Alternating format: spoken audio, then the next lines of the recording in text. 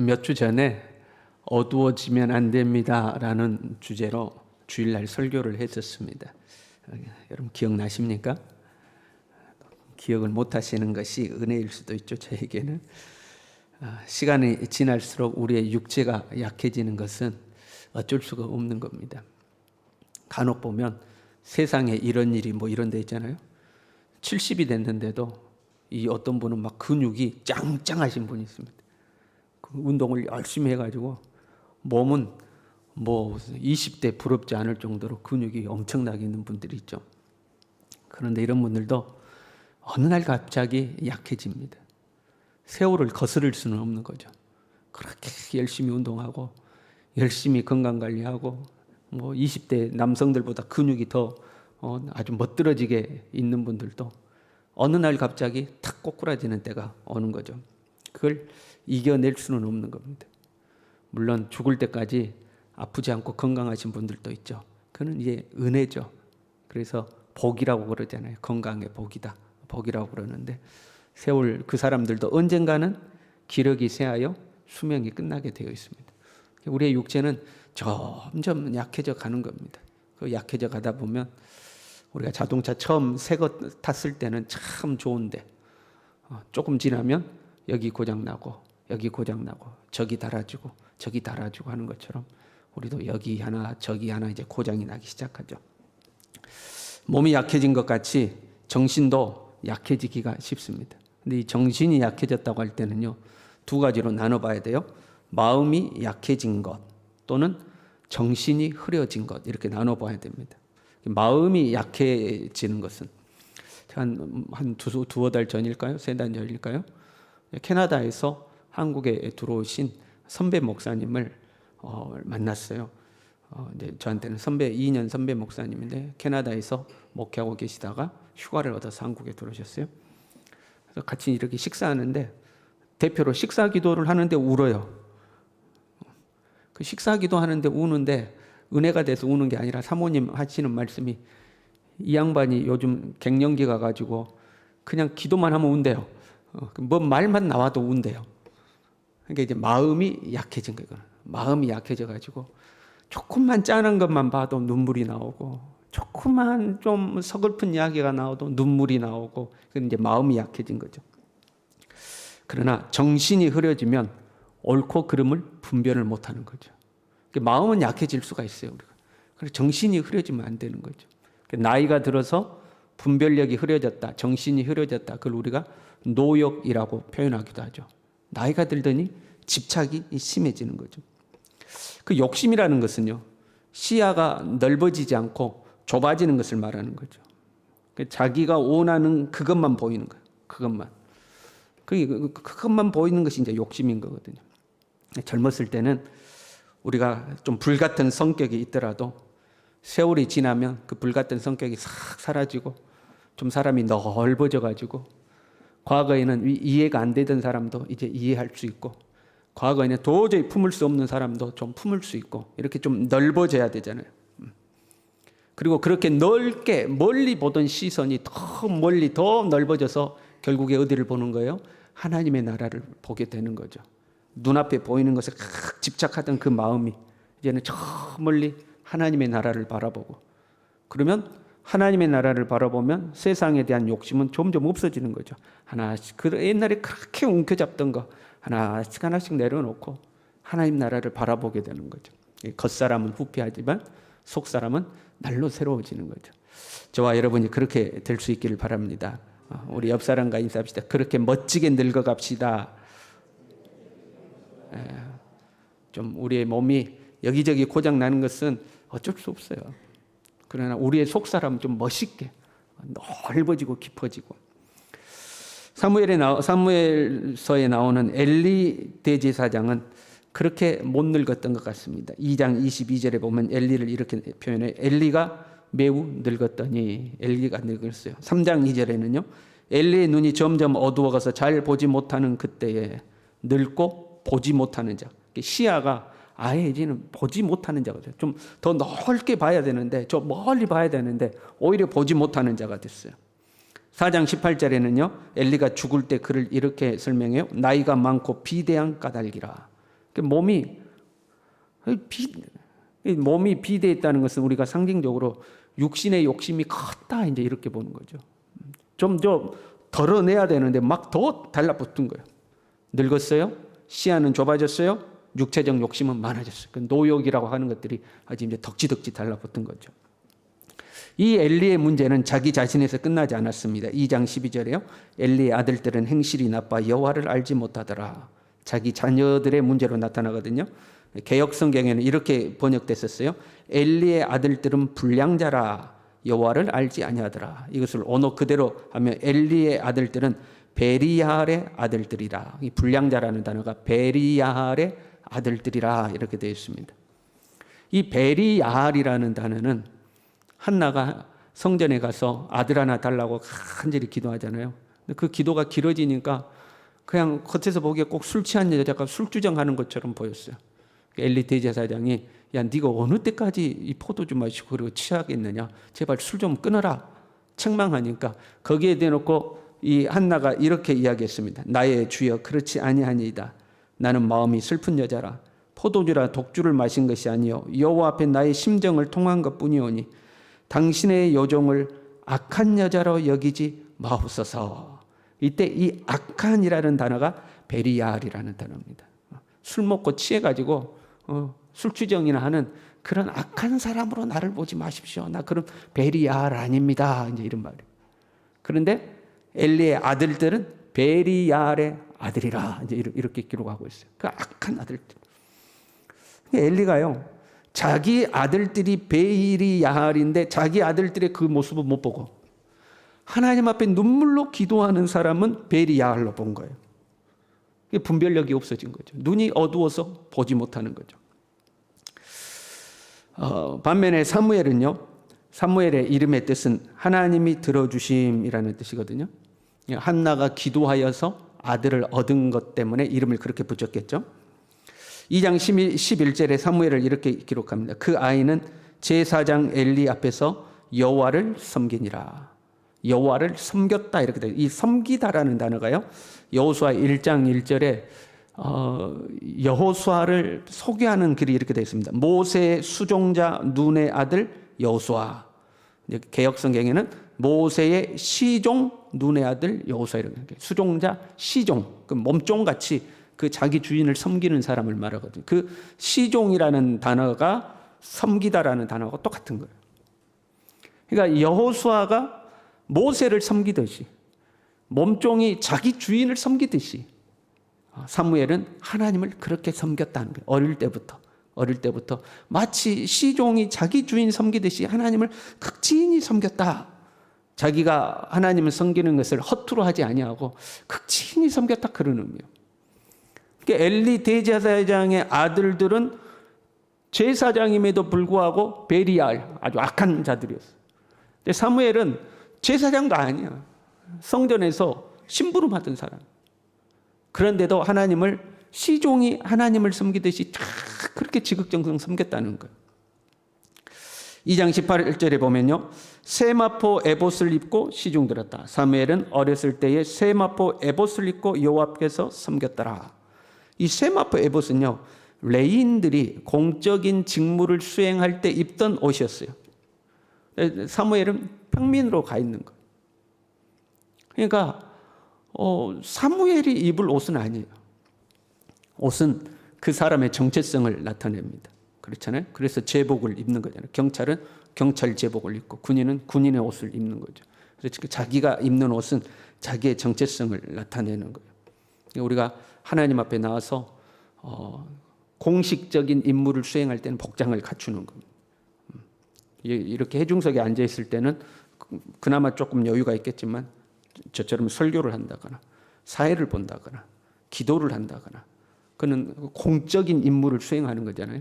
하나님과 사람 앞에 예의를 갖추는 거죠. 하나님과 사람 앞에 옷이 상대방에 대한 나의 태도를 알려주는 거예요. 상대방에 대한 나의 태도를. 그래서 우리가 중요한 사람을 만날 때는 복장을 갖추고 만나잖아요. 예의를 딱 챙겨서 그 상대방에 대한 나의 태도거든요.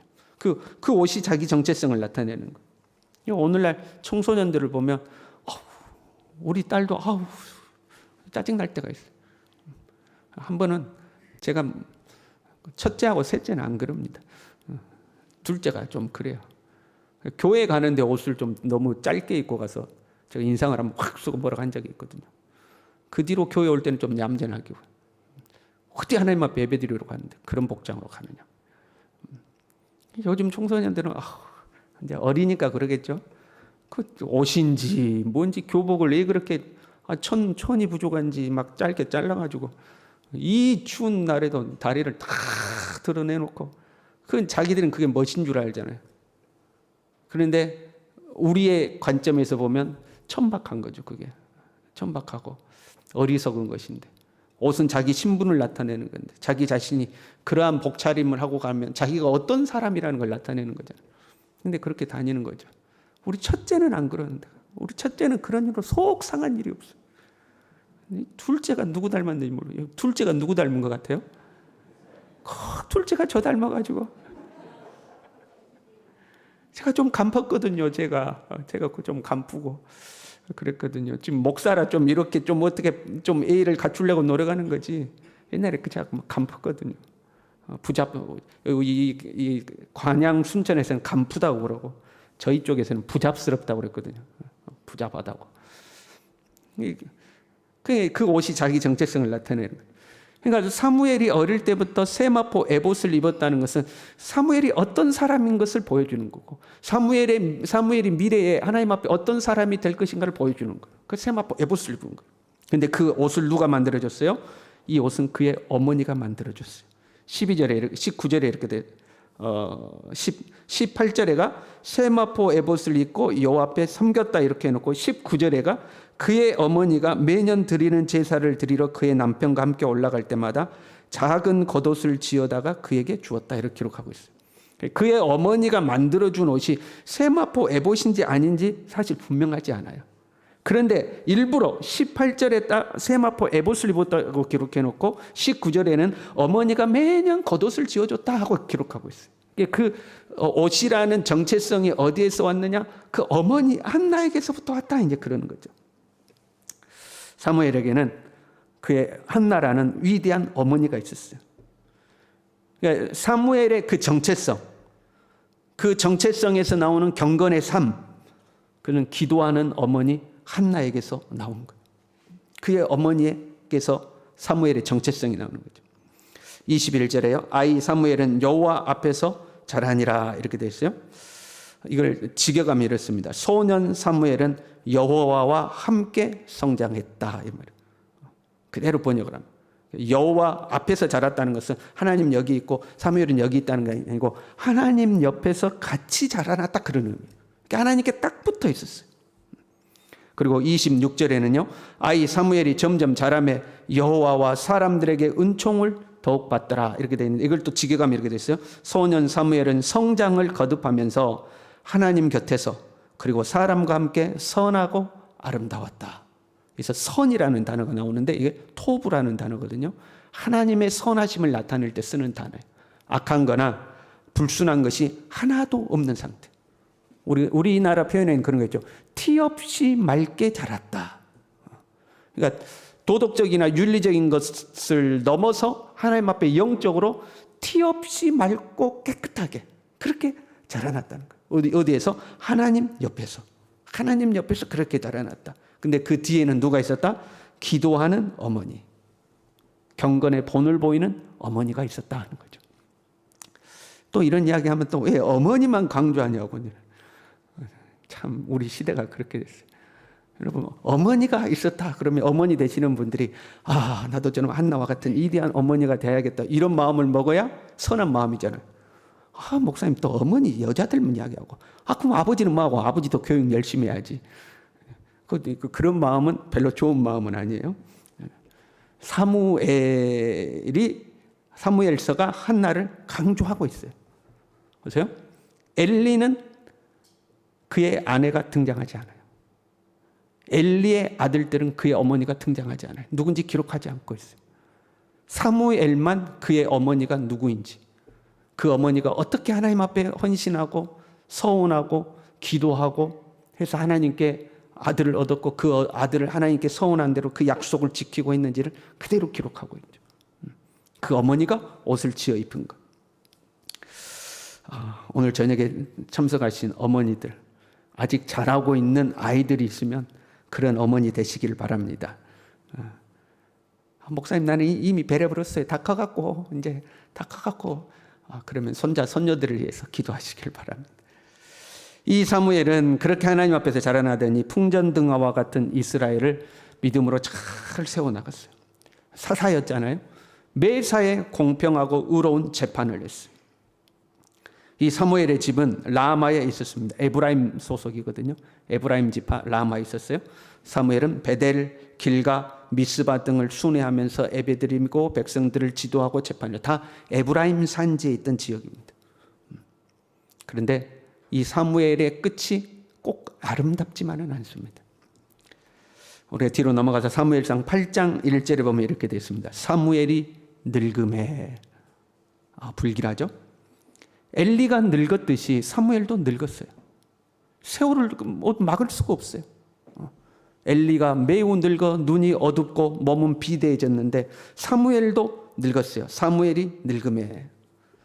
늙어도 육체는 약해지고 몸은 약해져도 정신이 혼미해지면 안 되잖아요. 근데 사무엘도 실수를 해요.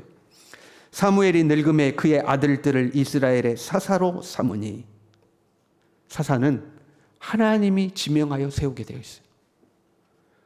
그냥 일상의 삶을 살다가 국가적인 위기가 찾아온다거나 지파의 위기가 찾아왔을 때 하나님이 선택한 사람에게 하나님의 영이 임해서 그 사람을 사사로 세우시는 것. 그러면 그 사사가 되어서 당면한 문제를 다 해결하고 나면 다시 본연의 직업으로 다시 돌아가서 또 일상의 삶을 사는 것. 그게 사사였어요. 사사들은 사사직을 특권으로 생각하거나 그 자리에 연연하지도 않아야 돼요. 그냥 하나님이 나를 선택해서 사용하시는 것뿐이죠. 그런데 사무엘이 자기의 두 아들을 자기를 뒤를 이은 사사로 임명해서 세웠어요. 사사의 자리는, 제사장의 자리는 세습이 되지만 사사의 자리는 세습되는 자리가 아니었어요. 그런데 사무엘이 자기 아들들을 사사로 세운 거예요. 두 아들의 이름이 기록되어 있습니다. 첫째는 요엘이에요. 그 이름의 뜻은 여호와는 하나님이시다. 두 번째 아들은 아비야, 여호와가 아버지다. 이름의 뜻은 아주 신앙적 이름이요. 신앙으로 키우기를 소망했겠죠. 그런데 삶이 이름과 같지 않았습니다. 8장 3절에 보니까요. 그의 아들들이 자기 아버지의 행위를 따르지 아니하고 이익을 따라 뇌물을 받고 판결을 굽게 하니라.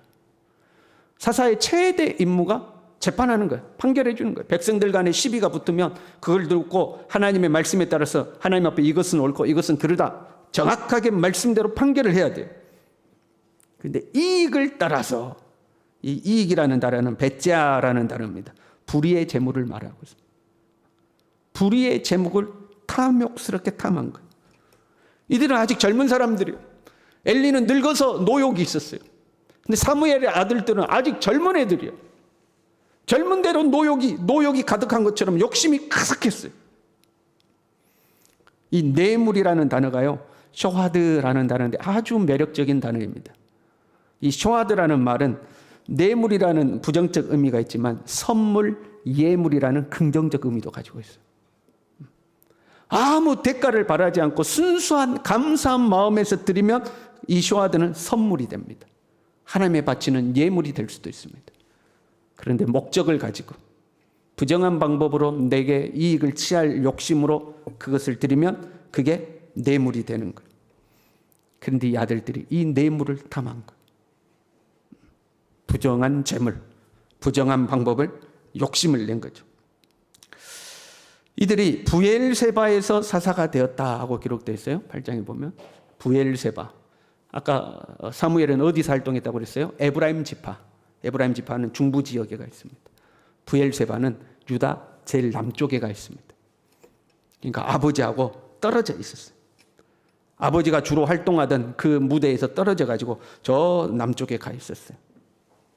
그러면 사무엘은 바빠서 그냥 이리 돌아다니고 저리 돌아다니고 이리 다니고 저리 돌아다니고 그래요. 그러면 이 아들들을 누가 양육해야 돼요? 어머니가 있어야 되지 않겠어요? 그런데 엘리 제사장의 아내가 등장하지 않는 것처럼 사무엘의 아내도 등장하지 않아요. 이들의 어머니가 누구인지 기록하지 않아요. 그러니까 이 사무엘의 아들들에게도 한나와 같은 어머니가 없었던 거예요. 한나와 같은 어머니가 없었어요. 그러나 그렇다고 해도 이러한 사무엘의 실수의 최종 책임은 사무엘 자신에게 있는 거예요. 어떻게 사사를 자기 스스로 세울 수가 있냐 이 말이에요. 하나님이 지명하여 세우는 일인데 자기가 다른 사람도 아니고 자기 아들들을 사사로 세웠어요. 자기 아들들을 사사로 세운 것도 큰 문제지만 그것보다도 더 큰 문제는 자기 아들들이 사사로서 부적격하다는 것을 분별을 못하고 있어요. 내가 내 아들들을 볼 때 야 너희들은 도저히 사사 아니야. 어림도 없어. 너희들의 그 성품으로는 너희들의 그 신앙으로는 이 사역 감당 못해. 딴 일 알아봐. 농사나 짓고 양이나 치고 그래야지 말이야. 그런데 자기 아들들을 분별을 못했어요. 사무엘은 어떤 생각을 가지고 자기 아들들을 사사로 세웠을까요? 야, 내가 사사 해보니까 그거 해볼만 하더라. 야, 괜찮아. 대접도 받고 특권도 있고 그 사람들이 나를 잘 대접해서 먹고 사는데 지장도 없고 해볼만해. 명예롭기도 하고. 그런 생각이었을까요? 사무엘이 그러지는 않았겠죠. 우리가 사무엘의 실수를 이야기하지만 그렇다고 해서 사무엘의 전 인생을 부정할 정도로 사무엘이 부패하고 엘리 제사장처럼 완전히 눈이 어두워진 것은 아니거든요. 이 부분에 있어서 실수를 한 거지. 현 시대에도 세습을 하는 교회들이 있죠. 참 안타까운 현실들이요. 세습을 하는 거죠.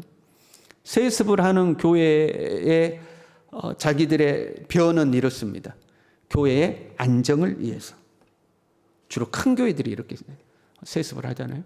세습을 하면서 하는 변명이 뭐냐면 교회가 안정되게 바로 서려면 우리 목사님의 아들이 이 교회를 맡아야 된다. 또는 내 아들이 이 교회를 맡아야 된다. 안정을 위해서죠.